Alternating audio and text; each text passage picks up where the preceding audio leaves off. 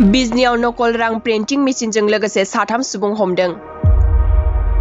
चिरां जिल्लानि बिजनीआव नख'ल रांजों लोगोसे साथाम नख'ल रांनि फालांगिरि हमजादों। स्पेशल टास्क फर्सआ हमदों बै साथाम नख'ल रांनि फालांगिरिखौ। मिथिनो हानाय बादिब्ला स्रोद सुलुङाव खौरां मोननाय लोगो लोगो बुधबारखालि बिजनी ओनसोलनि 2 नं सारागावनि थागिरि बाहारुल इस्लामनि न'आव एसटिएफआ सिग्रोमनानै गोबांथार बिबांनि नख'ल रांनि बिलाइफोरजों लोगोसे प्रिन्टिं मेसिन आरो माखासे अजद गोनां मुवा बेसादखौ जब्द खालामदों। बे जाथायजों लोब्बा लाना बाहारुल इस्लामजों लोगोसे दुलुल आली 44 बोसोर, आजिजुर रहमान 29 बोसोरखौबो एरेस्ट खालामदों। रिपर्ट बादिब्ला बे सिग्रोमनायाव एसटिएफआ बाहारुलनि न'निफ्राय 18,000 नख'ल रां बोखांदों।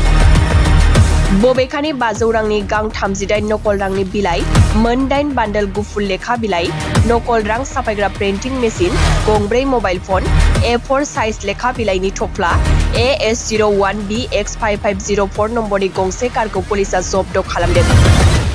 बाहारुल इस्लामजों लोगोसे दुलुल आलीआ 2 नं सारागावनि आरो आजिजुर रहमाना बागरगावनि होननानैबो पुलिसआ फोरमायदों। बिजनीआव नख'ल रां प्रिन्टिं मेसिनजों लोगोसे साथाम सुबुं हमदों। चिरां जिल्लानि बिजनीआव नख'ल रांजों लोगोसे साथाम नख'ल रांनि फालांगिरि हमजादों।